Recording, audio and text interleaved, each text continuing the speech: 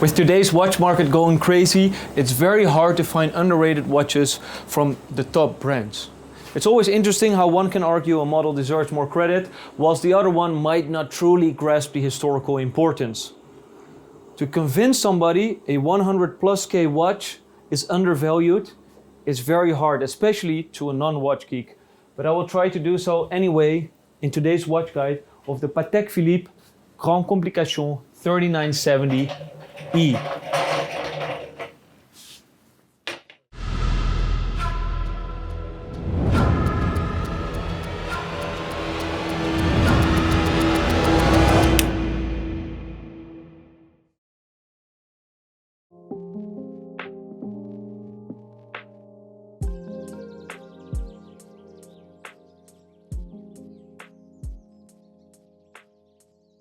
Forget about the Nautilus or Aquanaut for a second. Patek Philippe is known for haute horlogerie, and they have been stabilizing their position at the top of the market for over a century now.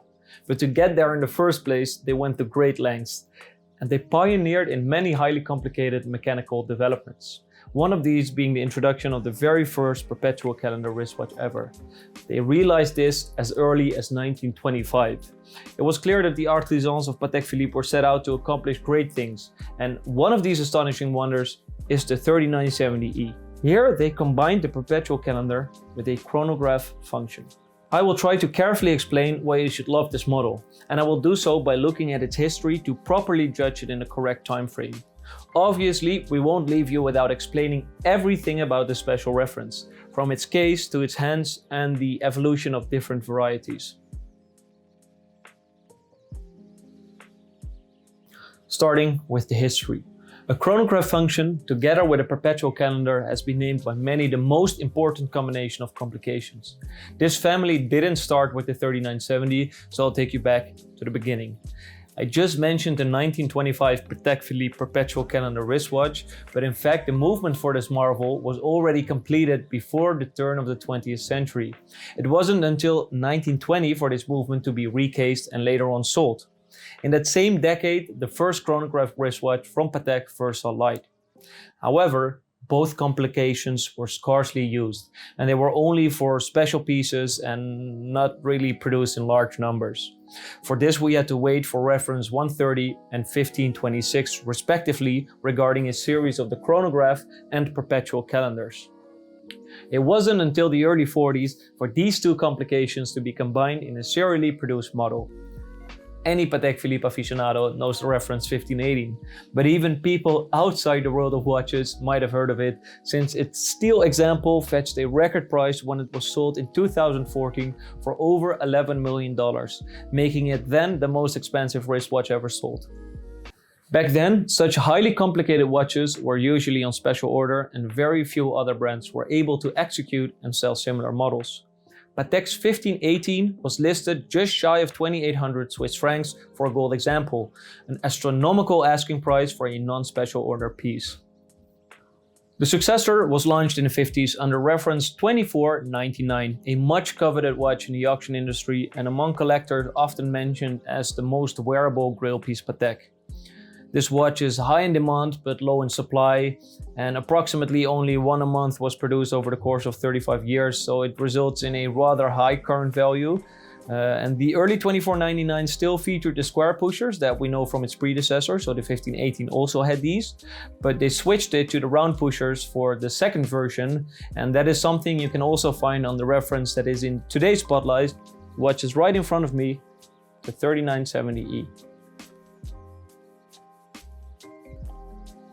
Between 1986 and 2004, different series were made with their own characteristics. We will shed light on that, as once again we will examine all parts individually of this masterpiece.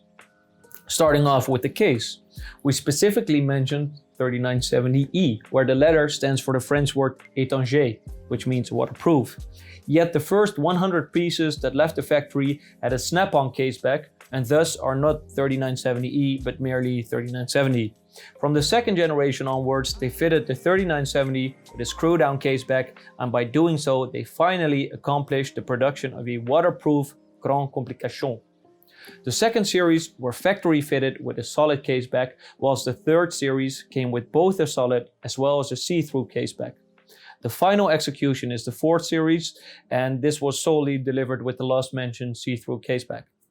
To produce the cases, Patek chose their signature metals, precious. White, yellow or pink gold was used alongside platinum examples. No steel 3970 has ever surfaced nor believed to be ever produced. The case measured 36mm, which is a tad smaller than both the 2499 as well as the 1518. The lugs are stamped, and depending on the country it was delivered to, stamped with different hallmarks. The most noticeable and sought after is the so-called big hallmark. The three-piece head itself is quite thick and it sports a concave bezel. The side of the case features 4 correctors to set the different calendric features. As mentioned earlier on, the pushers are round and have a traditional placement at the 2 and 4 o'clock position. The crown itself is ribbed, mainly to improve the grip, and it is adorned with the Calatrava cross. Over to the bracelet and clasp. The majority was fitted on a leather strap. There are a couple examples that feature a woven bracelet that is integrated to the case, making it not possible to replace it for leather, as the lugs were completely removed to offer the most elegant design. Onto the movement. The sapphire crystal allowed the appreciator of mechanics to enjoy the beauty of the movement in the fourth, third, and optionally, but rather uncommon, on the second series. But even if you had a solid case back, you'd probably expect the utmost quality for their flagship Grand Complication. Spot on with the CH2770Q, a Lemania-based caliber, manual wound. Obviously, this embouche was modified. For example, the addition of the perpetual calendar module, and finished plus decorated to the liking of the Patek artisans, making it not only reliable, but mouth-watering to look at as well. Pay attention to the exquisite chamfering and the Geneva stripes on the surface. Ah, beautiful.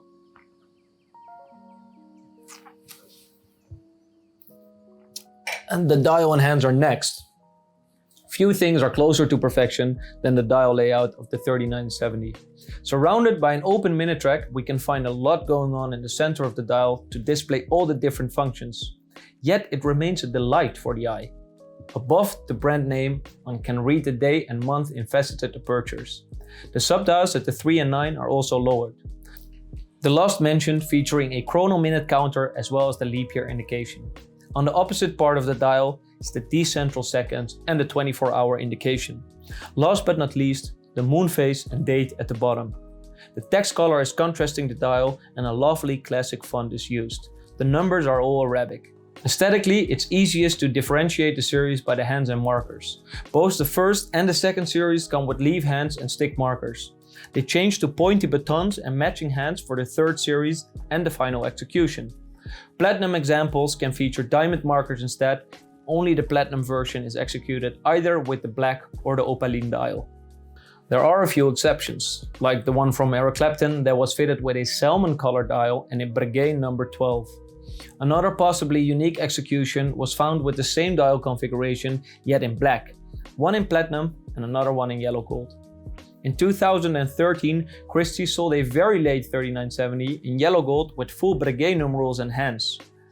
Very unfortunate, but I'm not allowed to share a picture from the current owner, but there also exists a platinum execution with salmon dial and full Breguet numerals, and this gentleman also has an incredible and highly unusual example with loom.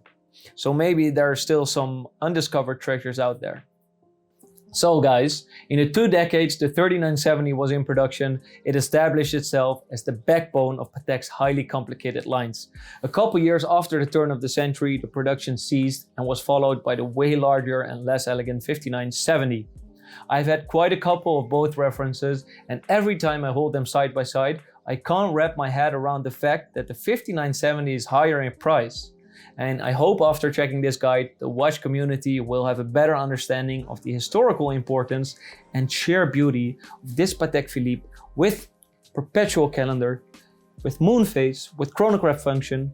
And even though for some this doesn't qualify it for the title Grand Complication, even though Patek claims it, regardless, for me this watch is Grand Appreciation. Thank you so much for tuning in into the KOV's channel for another watch guide. I hope you enjoyed these 3970s. I think it's a real honor to have all 4 different generations and even different materials right in front of me. This way I could properly show you the beauty of this watch. If you like this watch, or if you don't, please comment it in the comment section and make sure you subscribe to our channel, and I hope to see you again for our next watch guide.